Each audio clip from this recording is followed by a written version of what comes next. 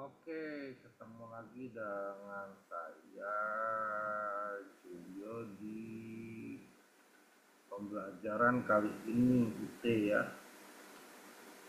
Ah,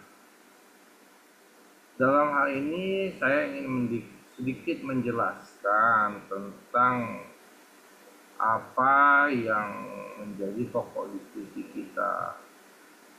Sebenarnya tidak ada yang salah dengan jawaban mahasiswa dan mahasiswi atau teman-teman sekalian. Karena begini, karena setiap perusahaan itu memiliki kebijakan tentang safety stock yang berbeda-beda atau pencadangan terhadap barang-barang dengan tujuan tertentu.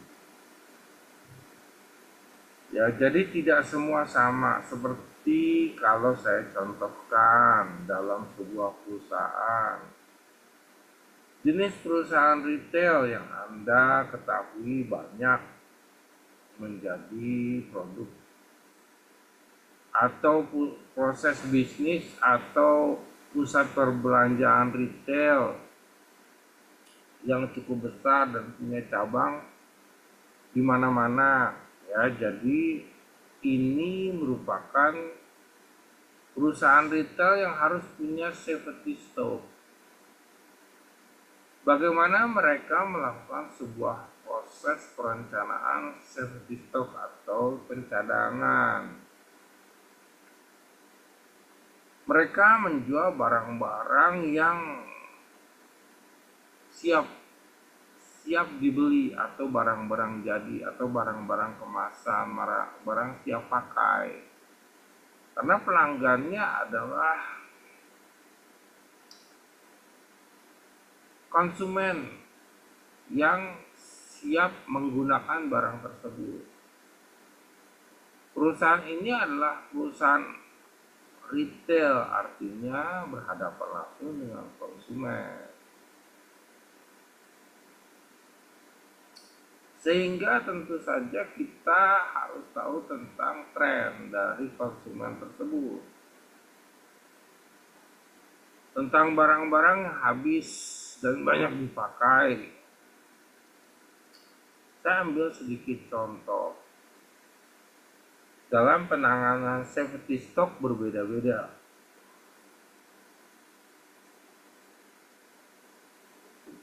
Safety stock pada perusahaan retail di satu daerah beda dengan yang lain.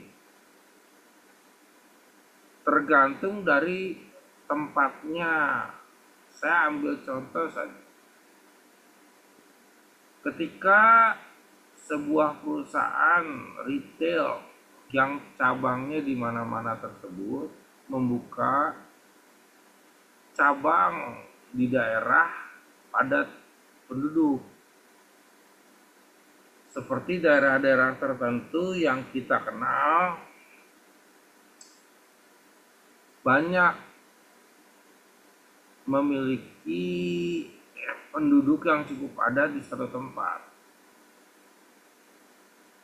Stok tentu sangat berbeda dengan ketika membuka cabang di daerah perkantoran. Sehingga kita harus tahu bahwa yang di daerah perkantoran yang menjadi percadangan seperti apa. Dan safety stocknya harus apa.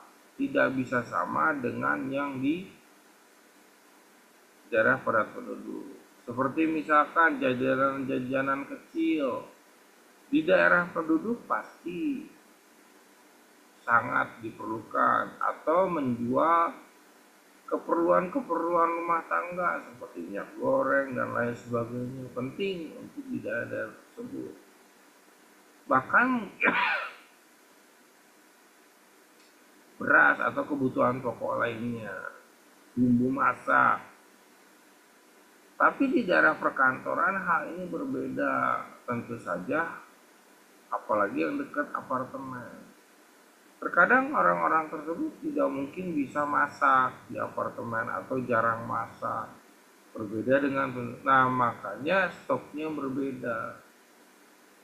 Hal ini sudah memiliki irama tersendiri dalam sebuah perusahaan. Nah, saya berharap sih mahasiswa itu memiliki ketajaman di bidang safety stock dan bisa memberikan contoh jenis perusahaan seperti apa. Nah, saya ambil contoh lagi industri. Industri juga berbeda-beda suppliernya. Ini sangat, kalau saya mengatakannya rumit atau rigid. Kenapa? Karena tentu saja tingkat kesulitan untuk mendapatkan supplier yang betul-betul konsisten terhadap bahan baku tidak mudah. Contohnya bahkan untuk bahan baku di pertanian. Contoh Garuda Food, saya sebutkan merek saja. Mereka punya supplier petani seperti kacang, Garuda yang memang sumbernya adalah hasil tani. Tapi bagaimana hasil tani itu bisa to be continue, memberikan stok pada pabrikan. Bagaimana hasilnya yang harus standarisasi.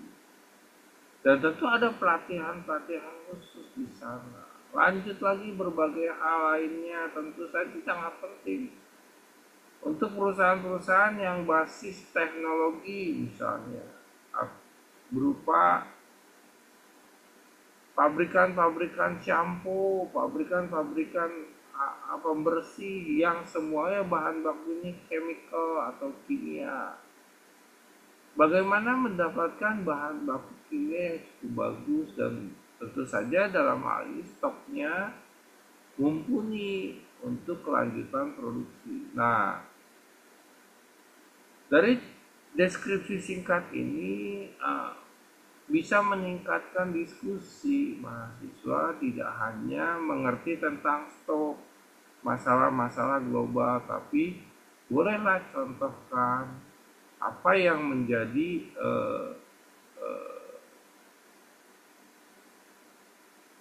efektivitas dari safety stock di berbeda perusahaan. Ini berguna buat Anda ketika mungkin Anda terjun dalam suatu perusahaan bisnis, ya. Jadi memahami hal tersebut penting sebagai praktek. Ya, segitu saja video pendek saja supaya lebih kritis, lebih memahami materi-materi yang ada. Semangat belajar.